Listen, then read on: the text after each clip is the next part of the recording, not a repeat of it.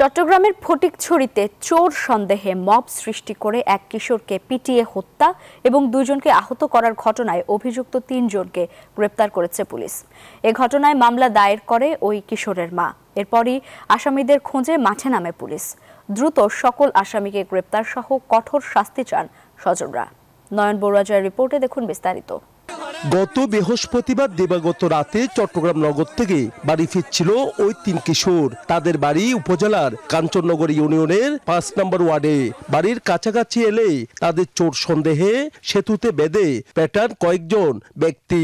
এতে ঘটনাস্থলে মোহাম্মদ রেহান মাহিন নামে ১৫ বছরের এক কিশোর মারা যায়। মৃত্যুর আগে পানি খেতে চেয়েছিল মাহিন। নিহত কিশোরের জুতা বুকে নিয়ে মায়ের এমন আর্তনাদ।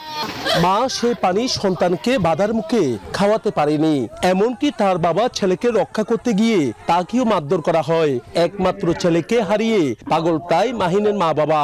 এমনই মর্মান্তিক দৃশ্য সৃষ্টি হয়েছে ফটিকছড়ির কাঞ্চননগরে। ১৫ বছরের ৭ম শ্রেণীর শিক্ষার্থী মাহিনকে তার পিতা মাতার সামনে প্রমাণবিহীন চুরির অপবাদ দিয়ে ব্রিজের রেলিং এর সাথে বেঁধে পিটিয়ে হত্যা করা হয়। আমার ছেলের বিচার চাই। আমার ছেলেকে যারা মারছে তাদের আমি ফাঁসি চাই। ওই লেদিয়ের ফুয়া বেখত যে ফানি দি এত বড় গ্যাবে দি একবারই আর বাই ফুতেলে গড়ি গেইও গই আর কি বানি গাইব আগজে দিয়েছো নাচনানি রাসুল বিজয় লোকে নিবানি দি। এই ঘটনার নিন্দা জানান স্থানীয় জনপ্রতিনিধিরাও। জড়িতদের বিচারের দাবি জানান তারা।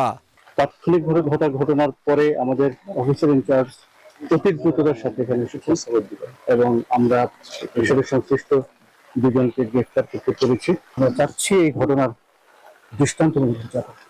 এই ঘটনায় নিহতের মা বাদী হয়ে জড়িতদের নাম উল্লেখ করে ফটিকছড়ি থানায় একটি হত্যা মামলা দায়ের করে।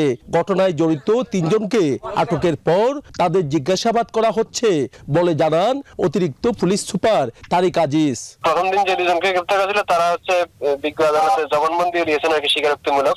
আরো যারা জড়িত আছে সবাইকে আমরা গ্রেফতারের চেষ্টা চালিয়ে যাচ্ছি আর কি। অপরাধীদের বিচার নিশ্চিতের দাবি জানান নিহতের স্বজন সহ এলাকাবাসী।